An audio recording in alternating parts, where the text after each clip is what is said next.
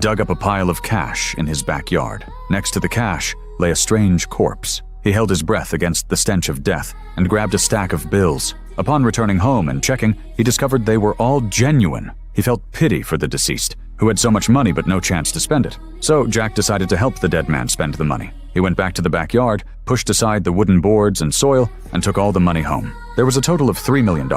He casually stuffed a few bills into his pocket and hid the rest in the storage room. However, in the middle of the night, Jack was suddenly awakened by a strange noise downstairs. Nervously, he grabbed a bat and crept downstairs to investigate, but found nothing unusual. After confirming his cash was still there, Jack prepared to turn off the lights and go to bed. However, the dead man suddenly appeared outside the window, terrifying Jack. But his only fear was that the deceased had come to take back his money. Furiously, Jack took his bat and stormed into the backyard. He lifted the wooden board and found the corpse still lying there quietly. Feeling uneasy, Jack reached out and touched the corpse's heart. Only after confirming it couldn't possibly be alive did he feel relieved. The next morning, Jack woke up to find his hands and feet covered in dirt, with no memory of going back inside to sleep. He discovered footprints on the floor that didn't match his own. After comparing them to his shoes, he quickly opened the warehouse door, relieved to find the cash still there. That night, as he was about to enter his room to sleep, he seemed to see a figure at the door. Turning on the light, he realized it was just his clothes. Fearing retaliation and haunting,